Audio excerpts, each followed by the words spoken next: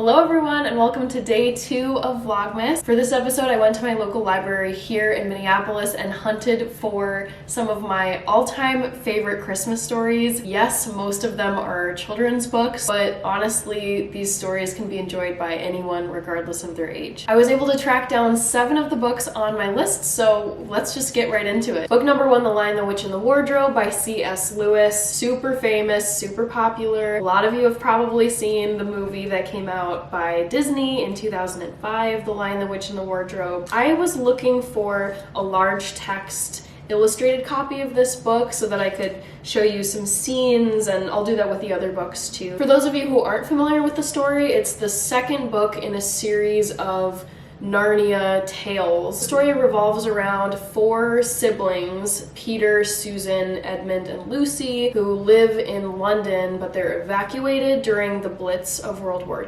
II. So they go off and they live in the English countryside with this professor. Lucy, the youngest of the 4 Pevensey children, ends up rummaging through a wardrobe and discovers this beautiful magical land of Narnia. So all the siblings end up going to Narnia, and they quickly learn that the realm is under the dominion of this evil white witch. She has made it eternal winter in Narnia. Over the course of the story, winter begins to fade, and the Pevensey children are paid a visit by Father Christmas. He gives them each a very important gift, some of them are weapons, to help defeat the white witch and bring an end to eternal winter. Alright, book number 2, Toot and Puddle's I'll Be Home for Christmas by Hobbie.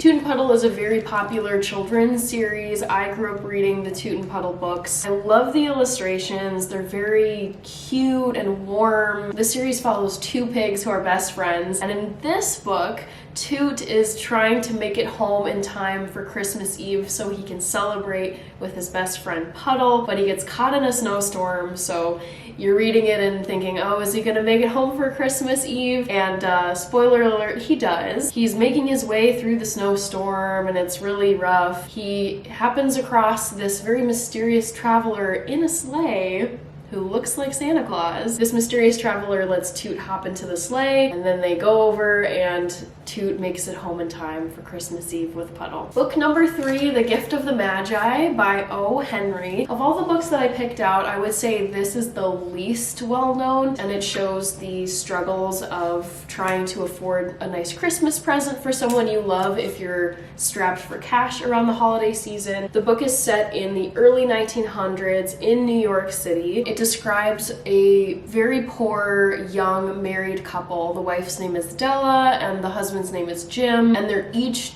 really trying to scrounge together money so they can buy the other a special secret Christmas present. The first few lines of the book are $1.87, that was all, and 60 cents of it was in pennies. Pennies saved 1 and 2 at a time by bulldozing the grocer and the vegetable man and the butcher until one's cheeks burned with the silent imputation of parsimony that such close dealing implied. The wife, Della, she has been saving all these months, and what she decides to do, because she has nothing left to sell, she has beautiful flowing brown hair. She ends up going and having it cut and sold so that she can get some money to buy Jim a Christmas present. On the other side, Jim had been saving and wanting to buy Della something really special, and he decided to buy her a set of combs. So it is sad when they get to Christmas Day, Jim realizes that Della cut her hair in order to buy him a present, and he bought her a set of combs that would have been great had she kept her long hair. The whole point of the story is to show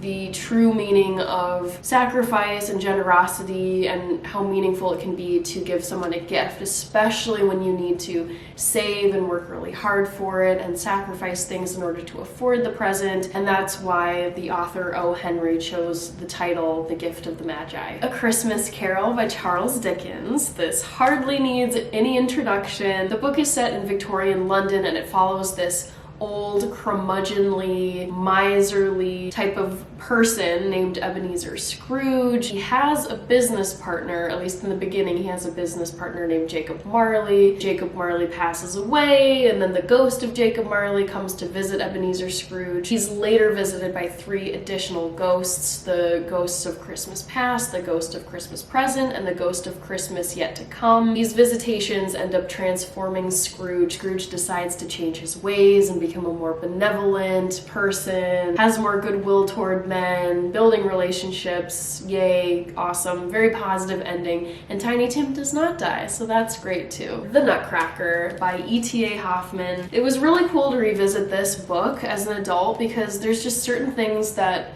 you don't really think about when you're a kid. I have read this story and I've seen the ballet as well. What I didn't realize is how old this story is. The author himself, E.T.A. Hoffmann, who was German, he was an author, an artist, and a composer. He was born in 1776 and he published this book in 1816. The story is about a young girl named Marie. In the book, she's named Marie. In the ballet, she's named Clara. In the book, Marie loves this Nutcracker doll and she goes to check on the Nutcracker. The Nutcracker comes to life and there's this whole battle between the evil Mouse King and his army. And once the evil Mouse King is defeated, Clara and the Nutcracker go to this beautiful, whimsical fairyland and have wonderful adventures. Book number 6, which is a classic, The Night Before Christmas. What I love so much about this story is it focuses on Santa Claus and not so much other like fantastical people or stories or anything else. This book arguably has the most famous opening line. "'Twas the night before Christmas, when all through the house not a creature was stirring, not even a mouse."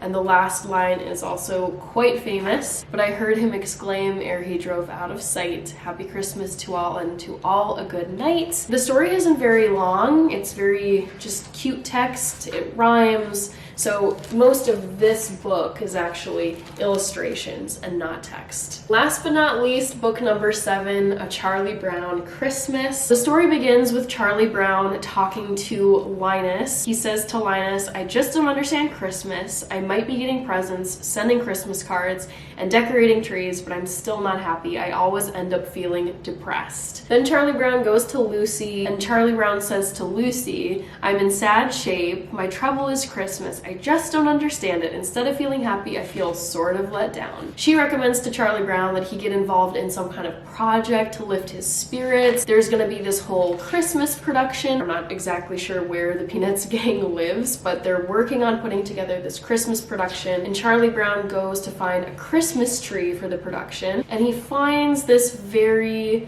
sad, scraggly looking tree. Linus is with him when he goes to look for this tree. So Charlie Brown and Linus bring this tree back, and all the Peanuts gang are like, "Why did you get this tree?" What Charlie Brown ends up doing is he brings the tree outside. He tries to put one shiny red Christmas ornament on it, and it's too heavy, so the tree just like falls forward. It's very pathetic and sad. After that, the rest of the Peanuts gang comes out to help Charlie Brown fix up this tree. They take the lights off of Snoopy's doghouse. They take those and transfer it over to the Christmas tree. And then magically, quote, before their very eyes, the tree transformed into a beautiful Christmas tree. That is the very happy ending to that tale, and then they end up singing Christmas carols around the Christmas tree. That's it for this Vlogmas episode. I really had a fun time brainstorming and creating a list of my favorite Christmas stories. Sadly, some of the books on my list I just wasn't able to find at the library. They either weren't available or they were checked out by someone,